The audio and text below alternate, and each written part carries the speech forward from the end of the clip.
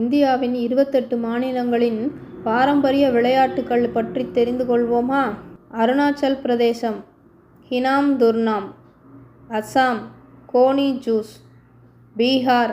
கில்லி தம்பம், சத்தீஸ்கர் கெடி ஓட்டம், கோவா கால்பந்து கலாச்சாரம், குஜராத் உத்தராயன் பட்டமிடுதல், ஹரியானா மல்யுத்தம், இமாச்சல பிரதேசம் தோடா, ஜார்க்கண்ட் கட்டி, கர்நாடகா கம்பளா,